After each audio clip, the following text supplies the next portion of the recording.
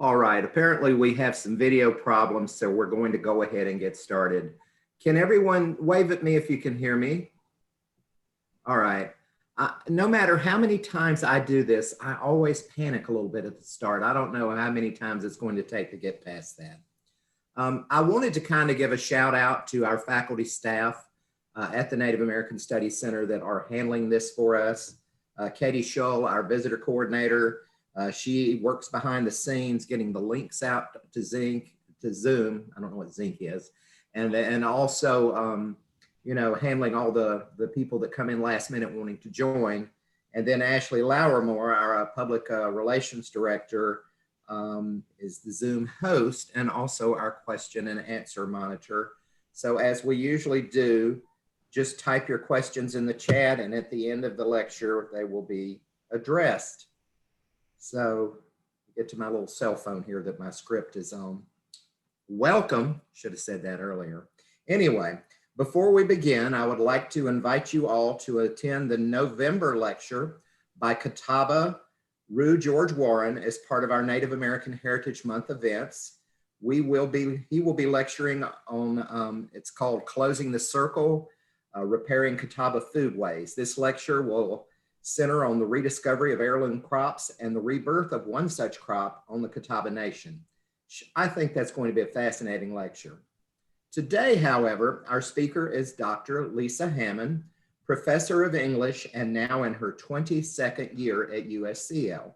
She is a consummate professional and one of the hardest working individuals I have ever known.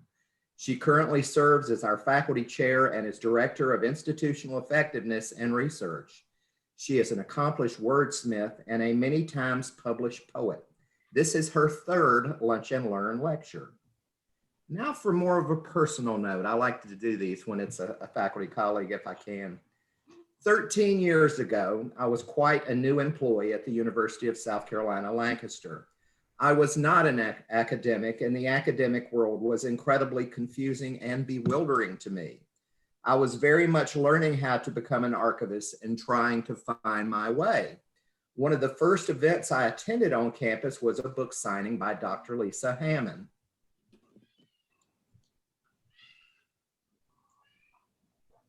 Called Moving House. I found the poetry in this book to be magical. She spoke of what many would consider the commonplace, yet in such a way that everything was bright and fresh, and I found her verse renewing. It touched me in a way that no poetry ever had before. As I was casting about for a way to introduce Lisa, I went and pulled Moving House from my bookshelves and opened it up. Inside, I found an inscription I didn't remember her inscribing, but I thought it was especially appropriate.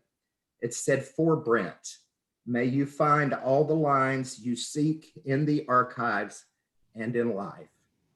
I very much did, Lisa. I very much did.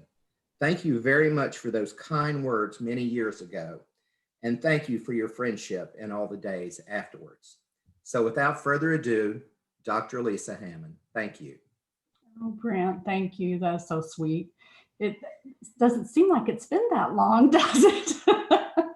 But yeah, I feel a little bit like maybe I'm an honorary member of the Native American Studies faculty. I don't know. It's been always wonderful to interact with everyone there, Brent and Chris and Brittany, and yeah, everyone there has been so wonderful. And some of you are actually in the presentation that we're about to have. So I'm excited to be here and talking to you again. I was thinking the first talk I did was on South Carolina poetry. The second lecture I gave was an actual poetry reading, and this one is very different because I have been thinking a lot about what scholarship is for me as a faculty member who I'm a full professor now. So I have done the things I need to do to advance in the university as a faculty member. I don't have to publish anymore if I don't want to. Of course I do, because you don't get this far without wanting to. But I want to do work that's a little different now. And so I've been thinking about how my scholarship and my life are connected, which is where this talk came from. So I'm going to see if I can share my screen and share with you today something that could be a scholarly article, but I think maybe is equally interesting as a different kind of talk. So the title of this talk, Trustworthy, Loyal, Beleaguered, comes from my experience as a Boy Scout leader over the last 12 years. My experience has been at a time when the Boy Scouts has been going through a really difficult transition. And so what I would like to do, if you'll indulge me, is introduce you to 4 Eagle Scouts and then tell you a little bit about what that decade's been like. The first is Arthur Eldred. He was the first Eagle Scout in 1912. He had a really, achieving the rank of Eagle is very difficult, as I'm sure many of you know. It's kind of, for those of us who are academics, sort of the PhD of boyhood. A lot of our most prominent politicians, leaders started out in Scouts. George Bush and Martin Luther King and JFK, Bill Clinton, and a number of our most important leaders were Eagle Scouts. So Neil Armstrong and Jim Lowell, for example. So Eagle Scout's a very prestigious rank, very difficult to achieve. It was interesting to me reading about this first Eagle Scout, because normally the way a board of review happens, it's kind of like a dissertation defense for those of you who are academics. You go in with your body of materials that you've assembled after you've done your Eagle project and your documentation and your reference letters, and you have a board of review. So they ask you questions and you have to answer them, and it can be anything, what's the outdoor code? And you've got to know it off the top of your head. And then you step outside and they call you back in a few minutes and tell you if you passed. Well, this poor boy had to wait 4 months to find out if he passed his board of review. That's a pretty intensive waiting period there. So it was interesting to me to see how the Eagle rank had kind of evolved over time. The second Eagle Scout I'd like to introduce you to is Pascal Tessier in 2014, who was the first openly gay Eagle Scout. Now, I'm sure he wasn't the first gay Eagle Scout, but he was the first young man to Eagle after the Boy Scouts changed their national rules to allow gay members. What happened with him, though, is after he eagled and attained that most prestigious award in the Boy Scouts, is when he aged out and turned 18, he then was booted out of his membership because the BSA had let in gay boys, but not gay leaders. So he was also the first to be the gay Eagle Scout to be ejected from the organization as a leader. The third Eagle Scout, I cannot tell you her name. She already is somewhere. We don't know where. My guess is her board of review date was October 1st. That was the first period of eligibility that the BSA defined when they allowed girls to pursue the rank of Eagle. Her official Eagle date will be February 8th, 2021, which coincides with the Boy Scouts birthday. So the thing about this that's interesting is we're not going to ever know this girl's name because they will not announce the first woman Eagle Scout. They're going to announce the first inaugural class of female Eagles.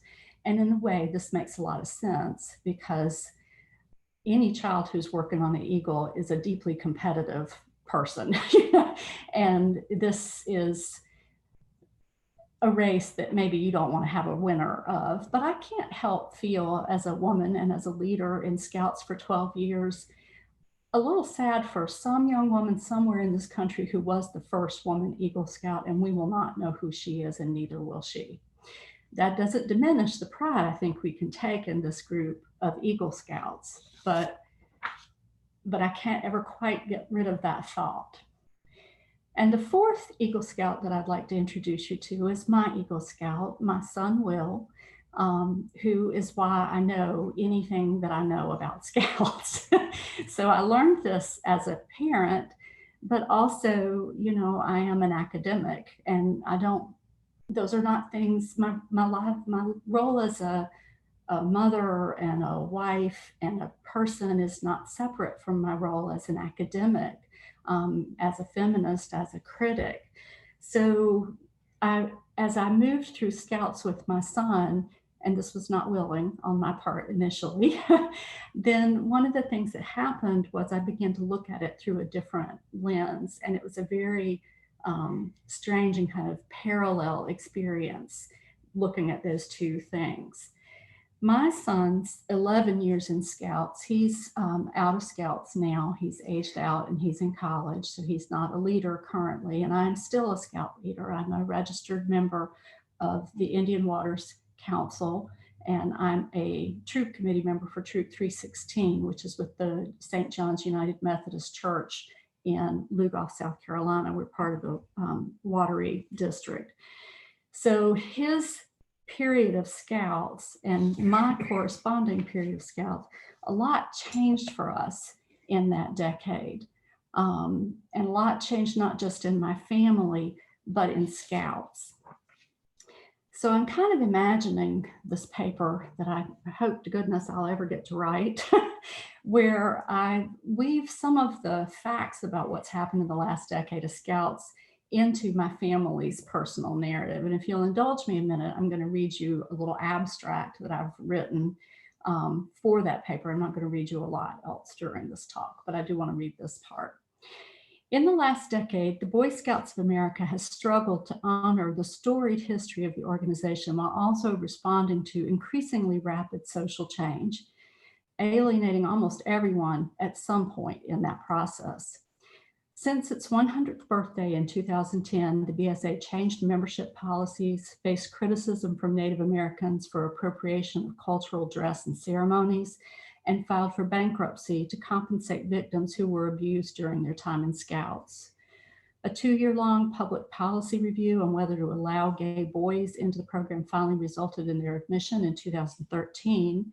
Though the organization continued to prohibit gay leaders, resulting in the first openly gay Eagle Scouts ouster from the program when he aged out. In 2015, the BSA relented, allowing gay adult leaders only to be forced almost immediately to deal yet again with issues of gender and identity, admitting transgendered Scouts in 2017. And most recently, as one commentator, a conservative commentator, I should add, put it in his article, Destroying the Boy Scouts, another venerable American organization surrendered to the radical left by admitting girls into the program.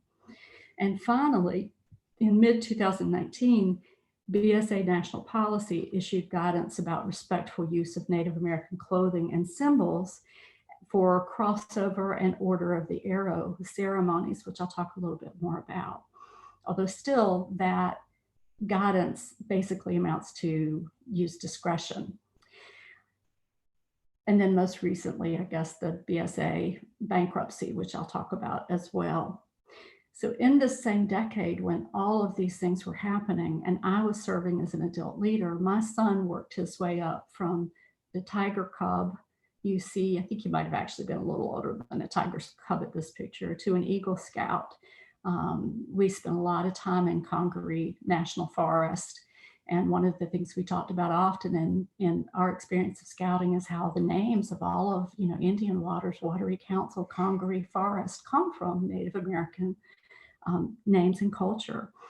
So having that experience of watching that painful transition for the Scouts as a mother, as an academic, as a feminist, as a leader in the troop was difficult. I live in a pretty conservative, small town, and I watched parents pull their sons out of the program, parents with whom I was friends, sons who were friends with my son. And it was a real struggle for us to watch this change and try to figure out what were our identities in this process, as the Boy Scouts were also trying to figure out what was the organization's identity. I know this is impossible to read. And this is something that if people are interested, I can probably find a way to get you links. But this is a history of all those events. These are headlines from mostly the New York Times Vote to eliminate ban on gays and Boy Scouts is on agenda at board meeting. After floating idea of lifting ban on gay Scouts delay decision. Boy Scouts send a survey about gay leaders. Boy Scouts move to admit them. It was just kind of this relentless sort of back and forth. It was dizzying. It's interesting to me how this process of change was so painful for so many different people, both for folks who were longtime members of the organization who felt that the values of the organization were being degraded by the change, people who wanted to be in the organization and had not been allowed, and then on a small scale, people like me and my son, whose friend, ended up his dad pulling him out of Scouts during some of this period. So it was interesting to experience on this national and this personal level. I never thought I would be a Boy Scout. I think I was a brownie for like 6 months. My family were not really joiners. So we ended up in Boy Scouts the way almost everybody does. It's some kind of weird form of peer pressure, right? So you have roundup at the elementary school and they come out and they build a tent in the cafeteria, or your next door neighbor's a Scout and they're carving little soap turtles in the backyard, or you had a family member who was in Scouts. All kinds of ways that people join Scouts. But for us, this was not an expected experience. This is my son as a Tiger Cub, and he knew from the beginning that he wanted to be an Eagle Scout. And I knew that we had very busy schedules and there was not a lot of support in the leadership, and it was kind of hard for our family to keep up with. So I wasn't totally sure about it. It was fun, but I wasn't sure our family would be part of it. I'm a believer in same-sex education opportunities. Those make a difference for women. Often they give them an experience of empowerment that is a little different from their co-ed experience. So I was willing to go along with the idea of an all-male organization for my son and see what he would learn there. And we had a lot of fun. We enjoyed it very much. He was invested immediately from the beginning. And I love this. This was something that we put up in his Court of Honor recently when he did Eagle. Cub Scouts is a fun place where you can relax and have fun. I'm a Cub Scout. Are you? I like to think about Eagle Scouts. Do you? I like to shoot my stepdad with a Nerf. It's very big, and I got it on my birthday when I turned 6. My stepdad is 44. He is weird. He thinks he's boringly normal. I don't. I'm a Tiger Cub. I'm a Tiger Scout. I'm a Tiger DN 7. I'm working on the art pen and the collecting loop. I'm working hard on them. They mean a lot to me. So do you. I can touch my nose with my tongue. Can you? So right away, he was, immersed in this experience and loved it. And I just never felt like I could say, no, we're not going to do this. He was learning so much. He was enjoying it. It's not that I couldn't say no. My daughter is actually out here somewhere watching this, and she wanted to be a cheerleader. And I said, honey, you can be a gymnast, you can be a dancer, you can be an athlete, you can be a football player, you can be a soccer player. You are not going to be a cheerleader. And it's because as a feminist scholar, I was a little concerned about the objectification of women's bodies that can be a part of cheerleading. And so I told her, nope, you can't do it. She was mad for a good long while. I believe she's forgiven me. And so, I could say, no, we're not going to do this as a family if it doesn't fit our values. But I didn't feel, when we started Scouts, that I wanted to make that kind of statement. I didn't really know what the values of Scouting were. I'm a terrible Scout leader because I never can get the law right. A Scout is trustworthy, loyal, courteous, kind. I forget it every time and mess it up. And it's something where I always felt a little on the fringe, and I wasn't always sure why, but my son was there for it.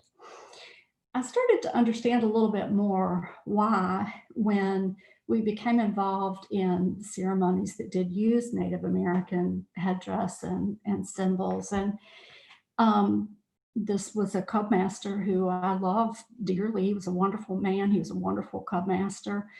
I didn't really understand fully, I felt uncomfortable with this. This was, 2009, I think. I knew it was kind of not kosher. I didn't fully understand all the ways that it wasn't. This is not one of my special research areas. And I grew up as a little girl, playing cowboys and Indians. I had to be the Indian maiden, and they tied me to the tree, and I had to stand there the whole time while everybody ran around and shot each other with bows and arrows, and I had to be tied to a tree, So the the way that we think about play in this country, when I was a little girl and still, doesn't always fully help us see how stereotypes can be embedded in some of the cultural institutions that are so important for us. They've just now begun to understand and really talk a lot about Halloween costumes. One of the big Halloween costume realtors, and I can't remember who it was, and I didn't have time to look it up, this year stopped selling Native costumes for the first time ever. So it's just begun, I think, in some ways to become a really visible to a wide swath of the population issue. It's something that you're here at a Native American Studies lecture, you know about because you've heard this conversation about appropriation and about appreciation and the differences between those, but many people don't. So one thing I could do as a leader in those conversations is I tried to think about what were the ways I taught my son and the boys in the troop how to look at those kinds of things. And it's all embedded in the culture of scouting. We're in the Indian Waters Council, the Muskogee Lodge. The Order of the Arrow is an honor society for 12 to 18-year-old scouts. And that imagery is so embedded in the iconography of scouts that we would talk about that. And we did things like Brittany Taylor came up, down, I guess, to our troop and taught the boys about Catawba pottery and helped them learn how the clay was gathered and talked to them about the processes and how that is secret knowledge and private within the potters and their students, their mentees. The boys made turtles and they talked about effigies, and then it kind of degenerated into throwing turtles into a fire pit and trying to blow them up because, they're still 10-year-old boys, right? But, we gave it a good shot at trying to make that education one that was a stronger education and not one that was dependent on the stereotypes in the places where we could do that. They've begun to make some progress on this more recently. So this is from 2019, guidance regarding the use of American Indian clothing and symbols in the Order of the Arrow ceremonies, programs, and activities. And there's actually, when you look at this policy now, there are contacts for each of the regions in the United States. So your troop can reach out to these contacts and talk about what are Native American practices in that area, what are tribes you can be in contact, how can you find out, how can you make relationships with those tribes that inform the use of Native American, not the use of Native American culture, but how can you have traditions in the Order of the Arrow and in crossover ceremonies that value and respect and make some effort to understand Native American symbols and culture. I think that it's going to be really interesting if we can start to figure out other ways to help scouts find symbolic value that is relevant to our culture and still teaches boys and girls now what these kind of ceremonies mean. I love this. This was a crossover. That's when the Cub Scouts go into the Boy Scouts and they have a nice ceremony for them because the little boys, being in Cub Scouts for 5 years, that's a big accomplishment, right? It's a little graduation ceremony.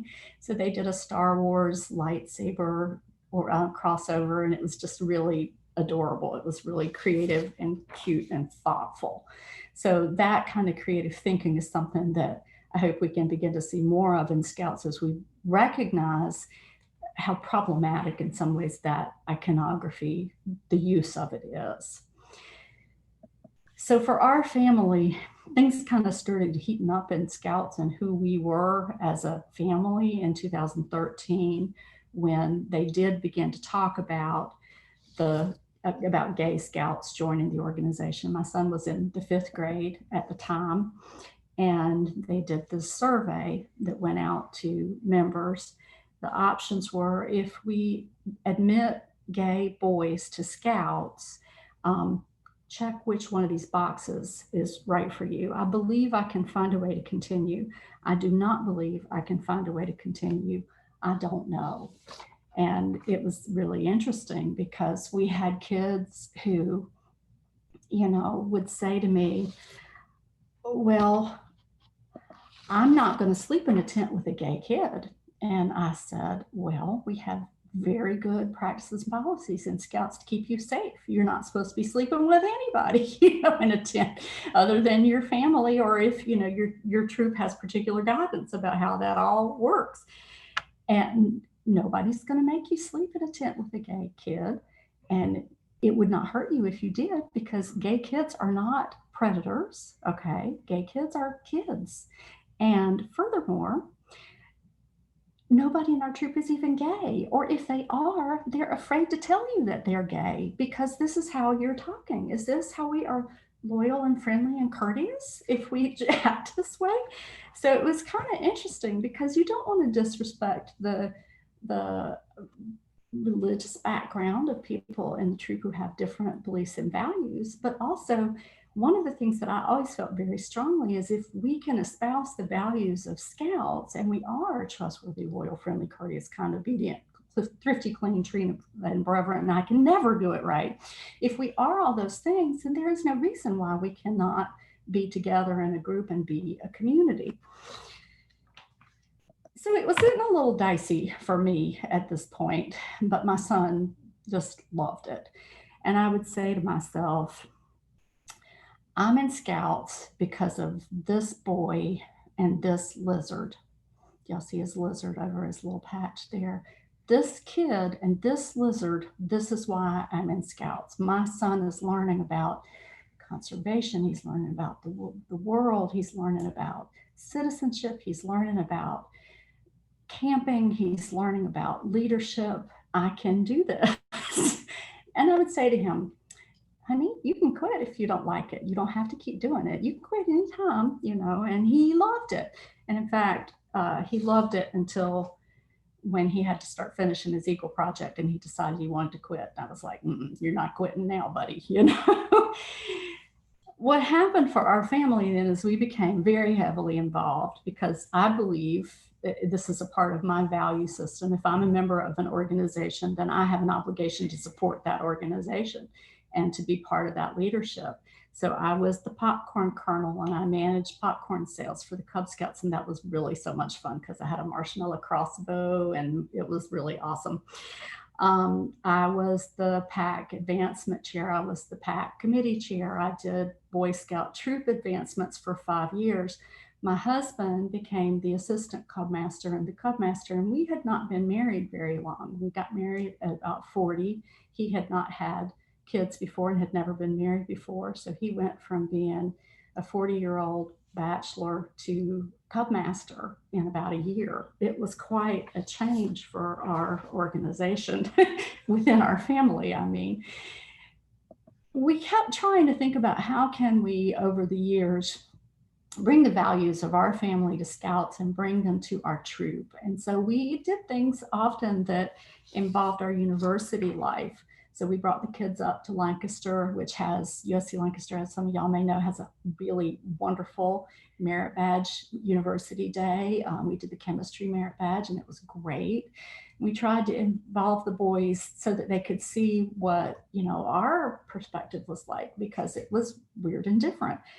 I came home from a conference, an academic conference, where I was given a paper on poetry in the Women's March and political resistance, the American Association of Higher Ed in the South, to find out that I had won for the 3rd time the Wateree District Unit Volunteer of the Year award. And I had all this stuff on my bed. That's a Ta-Nehisi Coates book about slavery and contemporary American culture, and a poetry collection, and that book, Women of Resistance, and my Boy Scout award.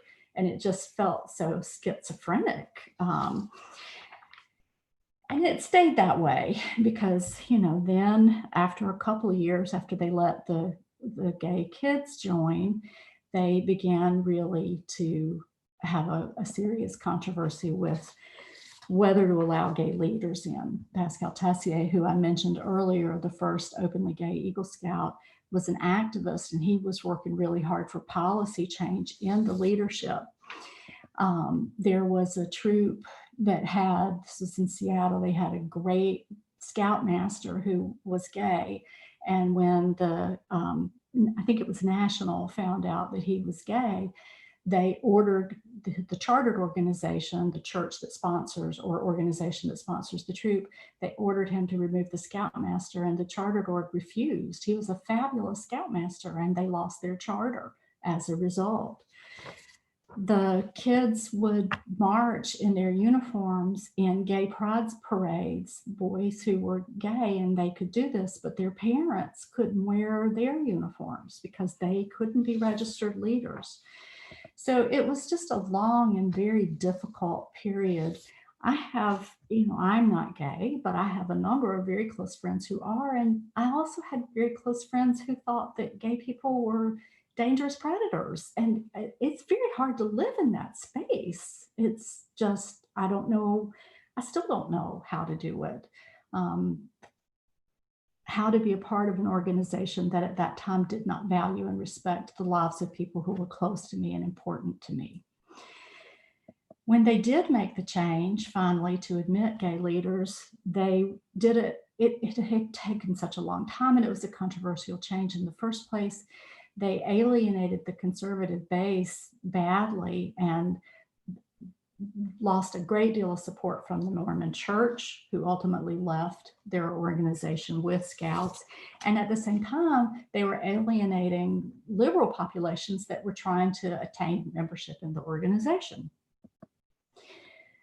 So all this time, we're just plugging along, doing scouting for food. So we drop off little bags on the front doors and come back in a week and pick up canned foods for shelters. And we're helping with the Eagle projects in our area. People are building fire pits at camping and fish cleaning stations, and they were great projects. And our little family was doing animal shelter service because we love cats and everybody else had dogs.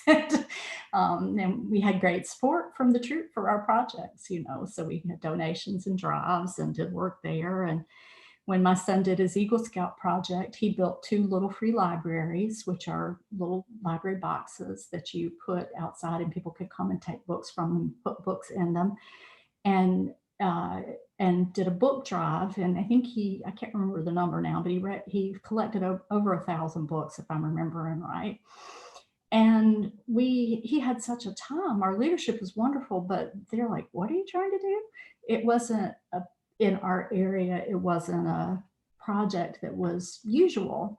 So we always felt a little just weird, we always felt a little kind of weird in the troop. It was a little bit like being in a Wes Anderson film, you're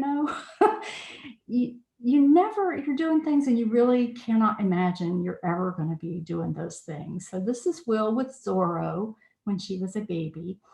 I allowed him, without knowing, to sign up for the reptile and amphibian merit badge at summer camp. And to complete that badge, you have to keep an animal for 30 days. And some troops do things like where they have a little slider turtle and they trade it around. And so you get the slider turtle for 30 days and then you check it out to the next kid. And, but my kid's like, I want a snake.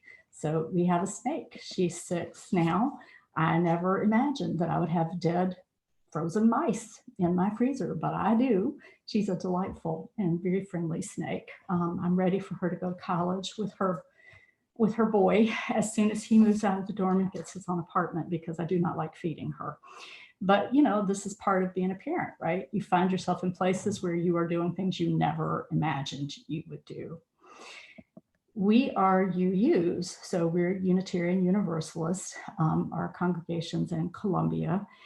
We had a really interesting challenge when my son wanted to do the God in Me religious emblems program, because the UUs had withdrawn their program, which was called Religion in Me, because UU membership, people come from many different religions and some people are atheists. And so it's not a particular denomination.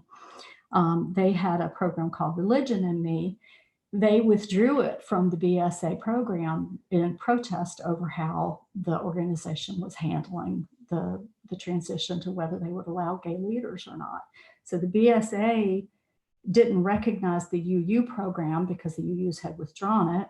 And we were UUs, and that was the program my kid was supposed to do. So my poor child, I was the advancement chair. I made him do the UU program that was not BSA affiliated or approved. And I also made him do the Methodist God in Me program before I would sign off on his advancement in the troop. Poor kid, you know. So he learned a lot that he didn't really expect to learn in Scouts.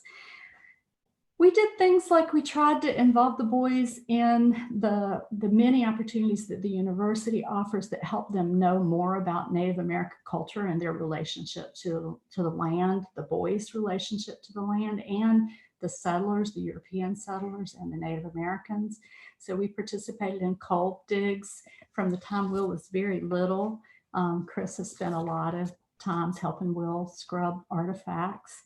And this was a wonderful experience. And we would do this with the troop. And then we would turn around and there would be a little transgender kid who wanted to be in Boy Scouts. This was in 2016. This scout was kicked out of his troop in 2016 in December. He was 8. And then in January, they came back and said, well, actually, we will allow transgender boys. And so the boy was able to rejoin his troop in February. I could not see this as anything other than an 8-year-old being publicly and nationally denigrated. This was a hard thing for me to see and accept. So all this time, the Scouts were making progress and making moving in a good direction, but doing it in this excruciatingly painful way. So my Eagle Scout here, I think in some ways he has felt also a little outside. I think it's just part of how our family is. He is his own person. He will always be his own slightly weird little person from his own slightly weird little family. He did his Eagle projects. He built a library at Lugoff Elementary School. Books were very important to him in elementary school particularly. And then one at our church. This is right outside of the building where our chartered organization meets. I kind of feel like in a way we have 2 churches. We're members of the UU church in Columbia, but the Methodist church here in Lugoff has also been our home. And the Methodist church has had their own problems with membership, right? The pastor said to me one time, when I always went along with Will to his various meetings, because you've got to have 2 deep leadership. You have to make sure you have a registered leader, another adult. You can't ever have a kid with an adult by themselves. And so I would go along with all these meetings, and the pastor was talking to me after one of these meetings, and he said, God brings people to these doors, and it is not my business to tell them they can't come in. And that was a thing I could live with. That was a value that our troop had, that our church, our chartered organization had, that I could live with. The Girl Scout thing was also hard. I mean, this is turning into how was Scouts hard for our family talk, which is not quite how I mean it. I'm trying to think about what this change has been like for the country and for my family on these 2 levels. So as an adult leader in Cub Scout, I had so many little girls who would run up to me. We'd be having fires and making s'mores, and they would say, I did the I can't remember any of the awards off the top of my head. I did the water gun award. They didn't have that one, but they did the same award as this kid did. I did all the requirements too. Can I be in scouts and can I get this belt loop? And I would have to say no. I don't ever want to say no to a little girl about who she is and what she can be, I had a little basket of totems when the kids came to the pack celebrations. We would go and I would go buy like buttons at Michael's or whatever. And then when you came, you got one and you tied it on a little belt loop thing. And I gave those little girls so many of those things, and probably I shouldn't have. They were not formal recognitions from the troop. But I couldn't tell those girls, no, you can't be part of this. So I was excited when they started talking about bringing the girls into Boy Scouts, except for then again, it was kind of a disastrous thing. They alienated the actual Girl Scout program, which is venerable in its own right and tradition. And I'm going to paraphrase what the leader of Girl Scouts said, but basically she said, there's 90% of American boys who aren't in Scouts. Don't you think you might want to start working with those instead of necessarily coming in and pulling our membership out? So I'm just sitting here going, I want girls to be able to be Eagle Scouts. They could be adventurers, which was it's a co-ed organization. Girl Scouts have a comparable Eagle Scout award, but nobody outside of Girl Scouts much knows the name of it, and everybody knows what an Eagle Scout is. So I wanted that opportunity for those girls, but I also hated to see Girl Scouts, what felt like it was being undermined to me. And then the final chapter of this most recently is the really, awful bankruptcy that the organization has done. Now, Scouts has had some history of abuse in the program. And as I said, I've done youth protection training, which is a mandatory training program that every adult leader has to do in the organization. I've done at the University of South Carolina anti-discrimination, anti-sexual harassment recognition training. The BSA training is excellent. It is as good as anything I've been offered at, the university. It's hard to watch this, but also, again, this is a place where I see the Scouts are doing the right thing, what they're doing here. I know you can't read this. I can barely read it myself. We believe our organization has a social and moral responsibility to equitably compensate all victims who were abused, and we also have a dual mission, a duty to carry out our mission. We believe victims, we support them. We are heartbroken and outraged. And this is a right thing. This is a right thing. Having, gone through this long process of the organization finally understanding having a gay leader doesn't mean you let in a pedophile. A pedophile is a pedophile. Gay people are not pedophiles. Straight people are not pedophiles by virtue of their sexual orientation. A pedophile is a pedophile. So understanding and making sure these boys and girls now too are safe, and recognizing that this happened and making compensation for it. This is the right path. But goodness, what a painful path it has been. I think a lot about what these kids are going to remember from their experience in Scouts. And there's so many things I think they will remember. This is going to be one of the first Eagle Scouts in Lexington. I've been so frustrated in some ways by watching the BSA go back and forth, but also I'm glad they have done it. So for this, for example, they were going to initially hold the girls' Eagle recognitions until the February birth date. And then they kind of updated that policy, because when my son walked out of his Eagle Board of Review, everybody in that room said to him, "You're an Eagle Scout now." And we still do the paperwork, but they were telling these girls, you don't get to know if you're the first Eagle Scout. It's October and you got to wait until February. They backed that up, but why couldn't they have done that right the first time? It's just like, that killed me. Everybody knows these girls are going to want to walk out of that board of review and be recognized for their work.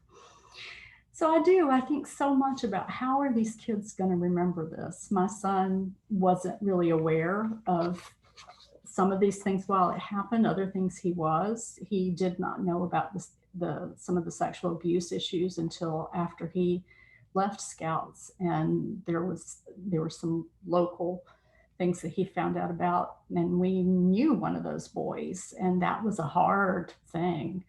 He said, "How were you okay with me being in Scouts?" And I was like, "Honey, did you notice that I never ever left the room? Like, I was with you in Scouts. I was there to protect you and every other kid in that program. You know, that's what a Scout leader does, and that's what a mom does." Um, he he did know about the gay kids because we have gay friends, and he had to do a report in fifth grade on an African American inventor. He came home and he said, "Mama, they didn't used to let Black kids be in Scouts. This man I'm doing the research on wanted to be a Boy Scout, and they wouldn't let him be in Scouts." And that's like with the gay kids now, right? And I said, it's very similar. It is. You know, in hindsight, it seems a little easier to see, doesn't it? So I think about what we learned in Scouts as a family. We learned some very obvious things, like change is really hard. If you have a cultural organization that's huge, it's important, it's nationally renowned, and it's trying to change its identity, that's hard. That's hard for the organization. That's hard for its members. That kid whose dad pulled him out when they started letting gay kids in, that boy came to my son's Eagle Court of Honor.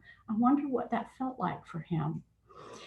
We learned that it's easy to look back and see, oh, that was really wrong. A thing that looked sort of normal to one group at a time. Later, you look back at it and you say, that was not right at all. That hindsight is 2020, I guess. And I stumbled across things like this along and along. I read, I don't know if this is true, but I read that, you know, there's some Eagle required merit badges. You have to have them. Swimming is one, but you can now substitute hiking or cycling. I read that there was an outcry when hiking and cycling were added as options because there was an urban legend that Black kids were afraid to swim, and that merit badge was seen by some people as a way of keeping Black kids out of the organization. The first Black troop organized in 1912, but the councils didn't integrate until I think 47. So, you know, that history where we see how people were excluded over time, when you look back at it, we're going the right way, but it seemed really hard to get there. A very painful back and forth. So my son and I, we learned to build fires and tie knots and how to make a tourniquet. My son learned how to lead a meeting, and I work at the university and I know many adults who do not know how to lead a meeting. So that is quite a thing. We learned that it's hard for people to listen when they don't share your values always. It can be hard for them to hear what your values are. And we learned that it's hard to listen when you have someone whose values don't always coincide with yours and you're trying to find a way to hear that. That can be really hard to do. And I am not saying, you know, congratulations to us, because I don't think we have mastered this by any means. I would have quit Scouts. And you know, I was like, you can quit anytime. And then when we got the snake, I said, if you're going to get a snake, you're going to have to Eagle, you know, that's all there is to it. That was kind of where we landed with that.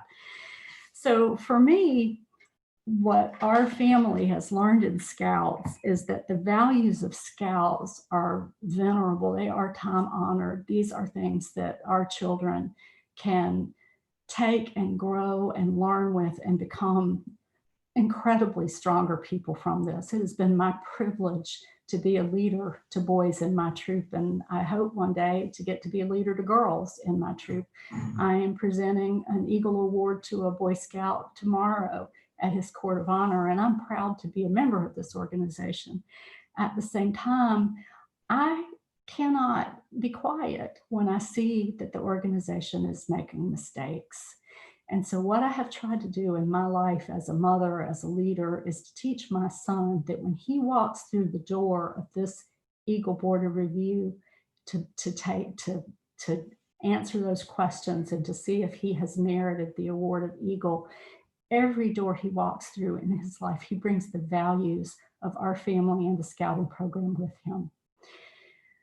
So, thank God my child eagled, because it was a long 11 years, let me tell you. We're very proud of him, and I'm proud of our family, and I'm proud of our troop. I wasn't always proud of what the BSA did, but I'm proud we're trying to go in the right direction, and I hope to continue to be part of making this organization better as I can. So I'm a little bit over my time, but I will be happy to answer any questions the best way I can.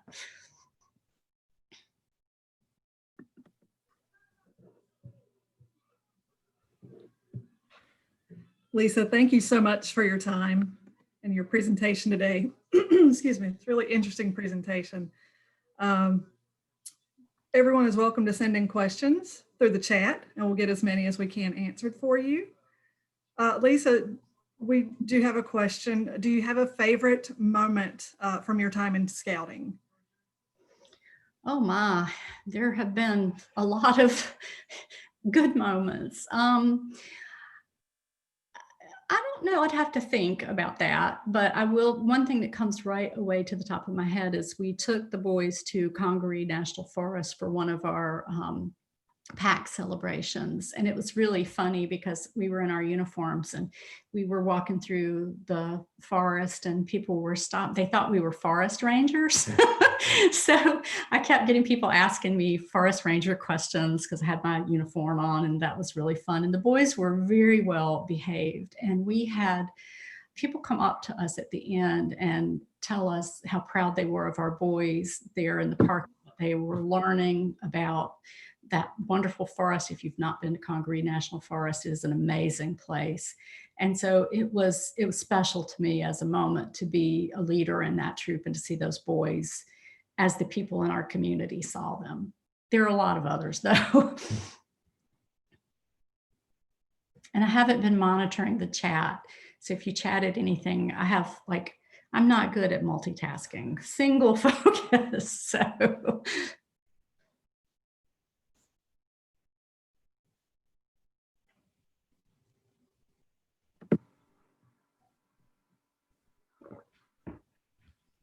We have several people who have enjoyed your presentation making comments, but we are open to questions if anyone has a question.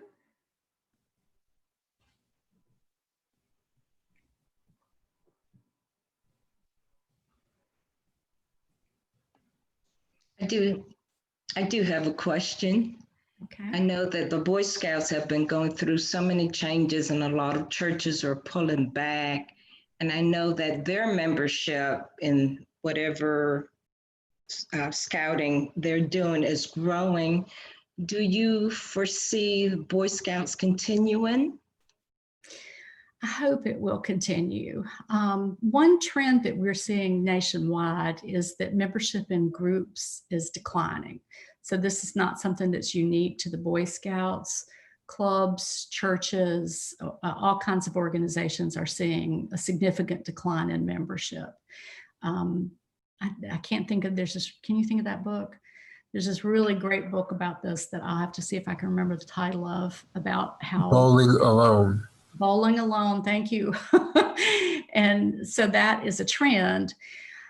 I hope there will be a way we can keep going forward. One thing that seems to me really important about the experience we have had is that we have had it during a time when the country has been so politically divided in a way that is, in my lifetime, unique. It's not unique in the country. This kind of sharp political divide and contest is, it has happened at other times, but in my experience, this is new. So as we try to navigate these very sharp political divides, one of the things that it seems to me important to do is to try and find a way to stop seeing people as you are over here and you are in this group and you belong to that group and your whole identity is there, and I'm over here in this group and this identity. There has to be a way to come together and hear different perspectives and value those perspectives. I don't know exactly how to do that. I know that trying to do it personally was hard. I would come home sometimes from Scouts. I will never forget this. I heard the kids were talking about, this was not at all typical of my experience. And I kind of hate to tell this story, but the kids were they were saying, what's the grossest thing you've ever stepped in? Which is such a Boy Scout thing. I really loved it. And a dad said Saudi Arabia. And I just thought, oh my God, I am not that dad. I have not had the military experience that dad had, but how can you say that to a child, So I don't know. I don't know how if you're a member of an organization that champions a kind of discriminatory and exclusive, and I'm not saying Boy Scouts does that, but if you're in an organization that allows members to be in there and say those things, then you got a real problem. And I called that stuff out as I could, I wasn't in a position in that conversation to do that, but I remember hearing some boys joking about Obama during one of the Court of Honors. And I said, is that the way that we respectfully talk about the leader of our country, boys? And they said, you're a Democrat. I said, it doesn't matter if I'm a Democrat or not. That is not the way we respectfully talk about the leader of our country. Sometimes that's hard to say, but I am there to say it, So I don't know. I hope we can still go forward, because my son learned a lot in Scouts that I think many children would benefit from. And I learned a lot too. So it's a program with value. Thank you. That was a long answer, sorry. Dr. Hammond, this is Taylor Thomas with the Palmetto Council. One of the things I'd like to, kind of note about the change is here locally, we serve from Spartanburg to Lancaster, the Scouting Council, and we've had 5 years of membership growth in a row, and we take great pride in that. But it is, as you mentioned, as a national organization, been in a decline 1% to 2% year since 1970. And a lot has changed since 1970. Pre that, almost 1 in every 4 boys in America was a Scout. Mm-hmm. And there wasn't the number of sports, martial arts, other activities for kids at that time. One of those, as you talked about the difficulty of change in the organization, a lot has to do with the way the Boy Scouts is structured in the sense of the charter partner. And here locally, 95% of our charter partners are churches. Mm-hmm. And if you just ask the Christian faith, not that we are a Christian organization, but an organization that has a duty to God, a Presbyterian and a Baptist and a PCUSA and a PC, they don't all agree on things. Right. And so the Presbyterian churches itself has made the decision a local decision. And so the way the Boy Scouts has handled most of the situations of late is the church who sponsors that unit owns that unit, and they own the decision making of who represents their values at the local level. Mm-hmm. And so, it really becomes up to the church. And that's one of the ways that the BSA has kind of defended the duty to God movement going forward. And, it's curious to see how that will change too, because the BSA bankruptcy is national. The councils are distinct financial entities and organizations, and the councils are not declaring bankruptcy. They right. have their own procedures and policies and insurance and all those things. So I wonder if, to your point, Taylor, if one thing we're going to see is kind of a decentralization of how some of the scouting operations happen. There's still an umbrella organization, but the local organizations begin to have more control over how they move forward. We foresee definitely councils beginning to merge more often than not. While it is a national bankruptcy, the local councils are going to have to financially be a part of that solution. Just to kind of bring everybody aware, I know we all see the ads going on through November the 16th, but praise the Lord, that day is coming soon. 95% of what happened pre-1990, mostly pre-1985. And so last year, we're not proud of this at all, but we had 6 reported cases of abuse out of 2.2 million members. As you mentioned, the YPT standards of scouting since 1990 have been rigorous and probably stricter than any school or church-based program. Very much. So, I mean, like you said, there's been a lot of positive change, but there's still sins of the past that are being paid for today, unfortunately, by our kids of today. And so we'll be so happy that we can flip a chapter, because we flipped that chapter a long time ago, but we never finished it in some ways. In some ways, that feels so much like what's happened in our whole country to me. Looking at all of the moments in our history where we've made, as a country or different organizations, really bad choices, and looking at them now and trying to figure out how do you make that right. That's a hard thing. So, I will tell you, I have done you have to do youth protection regularly. I think it's every 2 years. I do mine every year. And it's an excellent program. And I wouldn't let my son be in an organization I didn't feel like he was safe. I saw a lot of the chat talk about also females in scouting, just to kind of put the BSA as a perspective in the worldwide scouting movement. The United States is only one of 4 countries that is single gender scouting. Mm-hmm. So everywhere else in the world, it's co-ed scouting. And when the BSA hosted the World Scouting Jamboree last year, it was a prideful thing to have girls in the program and to be like the rest of the world. A lot of times folks think the Boy Scouts of America, Girl Scouts USA are the same organization, and they just have that confusion, and it's 2 totally different models and how we do things, and 2 different missions. And I hope that folks understand that we have nothing against the Girl Scouts of the USA, and that we hope that we're all in the business of serving young people. And that's, at the end of the day, the most important thing that we can do. All of these things that we talked about today are distractions. And I think about you talked about what is the perspective of a young person that's gone through this. And I think about the Lancaster examples. We had charter partners churches in Lancaster that left the BSA in 2013 over membership standards changing. And, what is their perspective of that? At the end of the day, it's all drama from us serving our kids. And drama takes away from the time that we can impact those young people. And at the end of the day, that they're the most important thing, and they're the reason why we're here.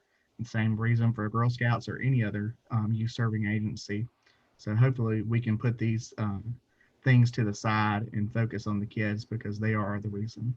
I think that one thing that's useful potentially here for us is that the kids see what's happening and they can learn from it too. So as the BSA has made these changes, the kids are also learning, how do you try to make things right when they're not right? How do you try to understand what is a respectful relationship with people? So none of us like to be wrong, right? We all want to be right all the time if we can possibly manage it.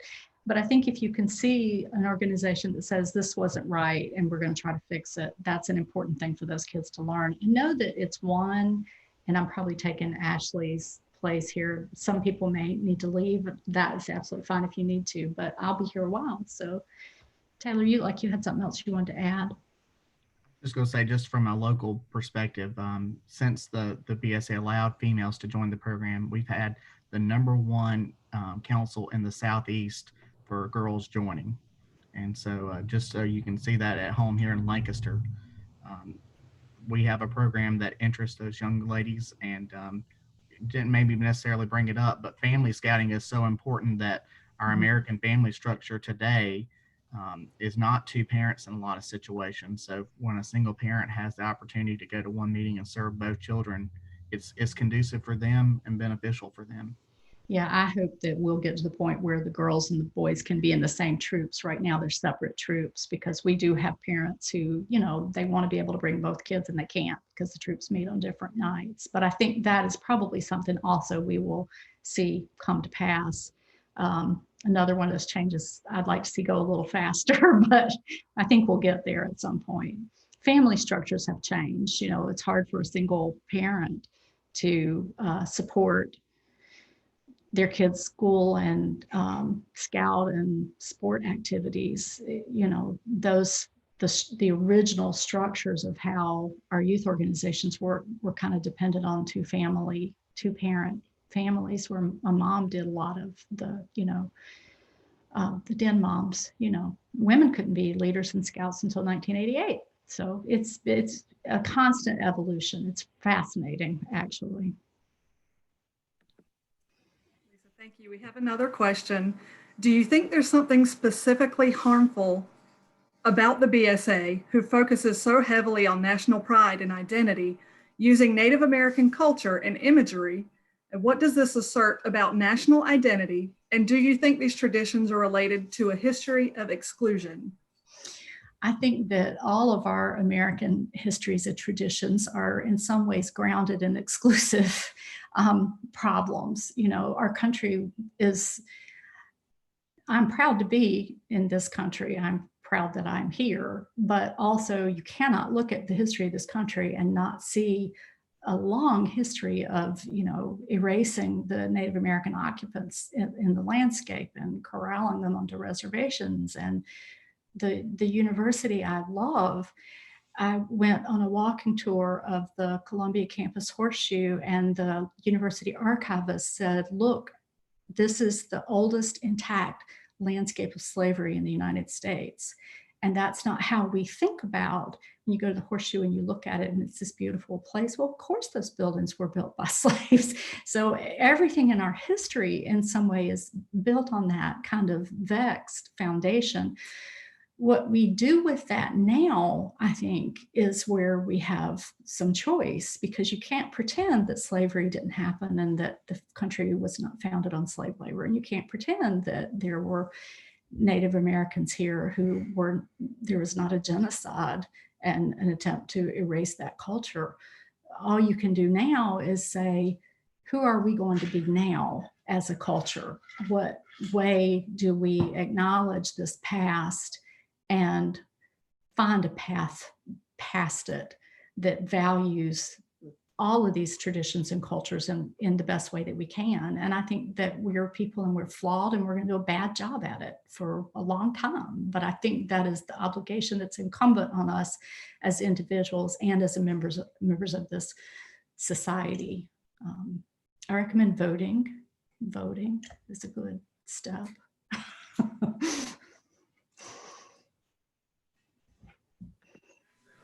We have lots of great questions and comments. If anyone has any other questions to submit, you're welcome to submit those at this time.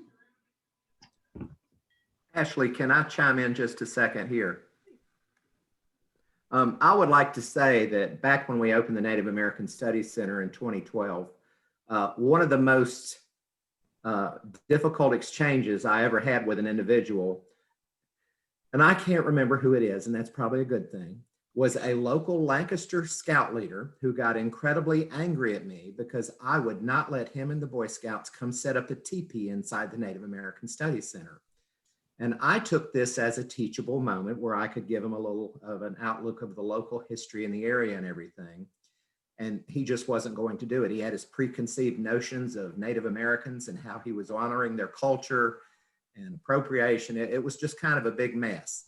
And so as the years have gone by, it seems like I've seen a bit of a change in scouting in the way that these issues are approached now. And I think the Boy Scouts do a lot better job. But as we're doing this, I'm wondering whatever happened to that scout leader and if he's still upset at me. I just don't know. But that's just a little personal aside there. Yeah, I've had some moments like that too. I mean, at summer camp, I can think of experiences we've had that were very respectful and aware of Native American traditions. And that when you say Native American traditions, it's like there's not one, right? But an attempt to kind of really respect that. And I've also seen it handled incredibly poorly. So but I think as I've said, I think the general direction that we're seeing the BSA move, and I hope other organizations too, is the right way. You know, they're beginning now, the sports mascots continue to be a topic of conversations. And I'm so not into sports, I'm a disgrace, but one of those big teams recently changing their mascot, you know, y'all all know who it is. So I think the more movement you see, the more that movement begins to build and the more opportunity for growth there is.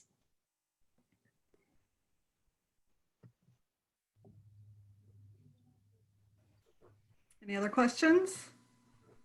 Dr. Hammond, I think another thing to note, I don't know what the experience in Muskogee Lodge was like, but each of the OA lodges pick the group of Native American culture that they're going to go after. And part of that process is contacting the tribe to find out the traditions so that they can definitely honor those traditions. And I think that's definitely been a more recent thing. And they have to actually present information to the tribes for permission to go forward with it. Mhm. But here locally, in Asheville, the council there does a lot after the Cherokee. We have not embraced that tribe.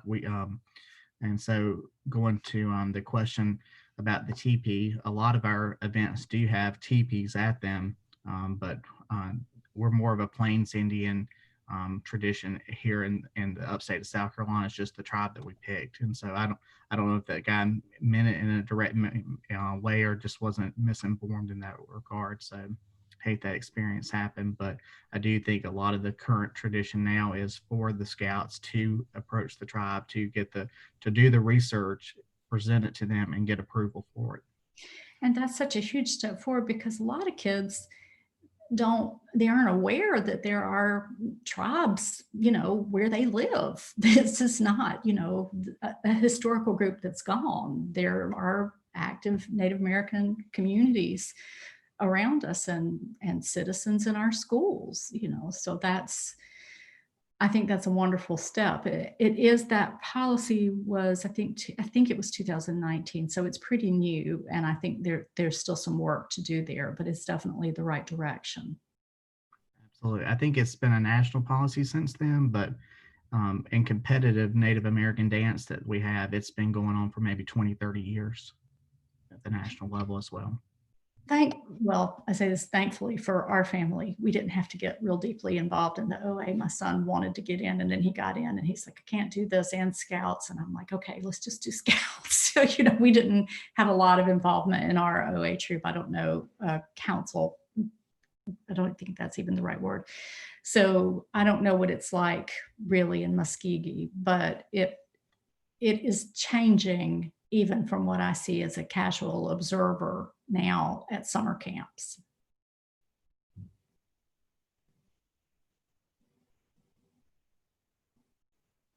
Are there any other questions? You're welcome to have those. And if there are no more questions, then Lisa, I'll throw it to you and ask if you have anything else you'd like to say to wrap up. Oh my goodness, I feel like I have said enough. This has been useful for you. You know, this is something that I'm trying to figure out exactly what I think about. As academics, we tend to make pronouncements and we present our research and it's carefully and thoughtfully worked out. And, you know, we write it up and it looks good and has a bibliography. And I'm not at that point in this process. I'm still trying to figure out, what do I think about this?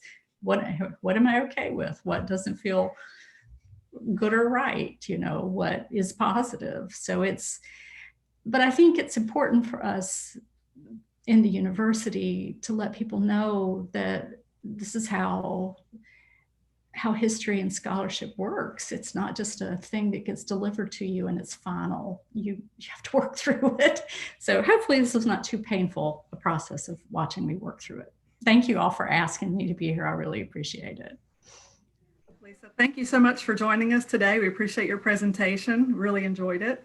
To our viewers out there, thank you so much for joining us today for this month's Lunch and Learn, and we hope you'll come back November 20th for our next Lunch and Learn presentation.